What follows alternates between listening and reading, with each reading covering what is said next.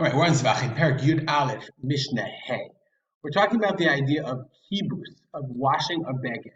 Okay, this recalls we learned that if a beged becomes splattered with the blood of the korban chatat, it has to be washed.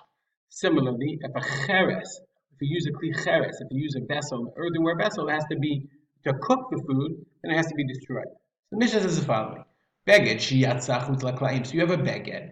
You have a garment, and it became splattered with the blood of the korban chatat. That was the right blood, the blood that was supposed to go on the mizbeach, etc. But then sheyatza chutz laklaim. That garment was left chutz laklaim, outside of the klaim or the gates, or outside of the Beit Hamikdash. So what do you do? Because it has to be washed, remember, inside the Beit Hamikdash. Very simple. Nichnas umechabso b'makom kadosh. You has to enter and wash it b'makom kadosh, in a holy place. You have to wash it, okay, in the Beit Hamikdash, because that's the mitzvah. That's exactly what the Torah says. But mitzvah chutz laklaim. What happens? It becomes tamei outside of the klaim, meaning you're not allowed to bring a tamei beged into the Beit Hamikdash. So you have like a sort of catch-22. On the one hand, you have to bring it into the Beit Hamikdash. On the other hand, you can't bring it because it's tamei. Simple solution, koro. So then you rip it, you tear it in such a way so that it's no longer a beged. It says the Bar Tunura. Okay, you can't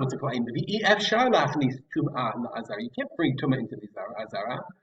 Koro berubo, you tear the most of it. If you take a beged, that's tamei, and you rend it, so there's no longer a beged. You rend it across the majority of the beged, across the majority of the garment. And then it's no longer tamei. Then if then you bring it in and you wash it makom kadosh. That's so you can have your cake and eat it too. You can tear the beged; it's no longer tamei, and then you can wash it in the Beit Hamikdash. But Tanura notes, nonetheless, it's tamei dirabanan. Okay, even if you tear it berubo, it's tamei dirabanan. Hachashari lachniso kedei lekayim bo mitzvat kibus. Nonetheless, since you tore it enough and do it right, that's not a beged. Even though midrabanan is a beged, even unless you rip it, so that it's no longer a sudar. I think like 3 by 3, a tiny amount. Midrabanan is tamei. You're allowed to bring in the tumah to rabbanan, the rabbinic tumah, into the Beit Hamikdash to fulfill the mitzvah, the oraita. Similarly, kli cheres sheyatza chutz laklaim. Remember, kli cheres that you use to cook the korban chatat. You have to break it in the Beit Hamikdash. You have to smash it. But what happens if you took it outside the Beit Hamikdash?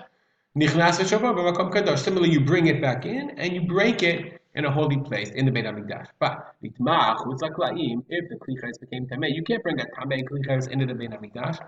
Then, and you can't smash it outside the Beit Hamikdash because you have to smash it in. No kavo, you make a hole in it. Okay, you make a hole in it, and then you bring it into the Beit Hamikdash and you break it in a holy place. Why do you make a hole? No kavo l'taharato mitumato. You make a hole to make it tahor from its impurity. V'davka nekeb kishiur shoresh katan. It's a hole the size of a small root.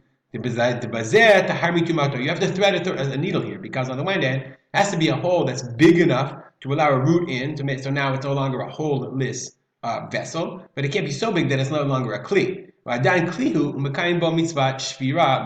to have it be a kli so that you can break it. Because if it's not a kli, if you put such a big hole that it's not a kli, then what's the point? You already broke it. Right? If you made a big hole, the yatzami Torah kli, it's no longer a kli, doesn't have the Torah, the law, the status of a kli. Then don't bring it in, because it's no longer a kli to break. We'll stop here. Dedicate our learning to the memory of my father, Rav Simcha ben Yitzchak Kalman. Have a good day.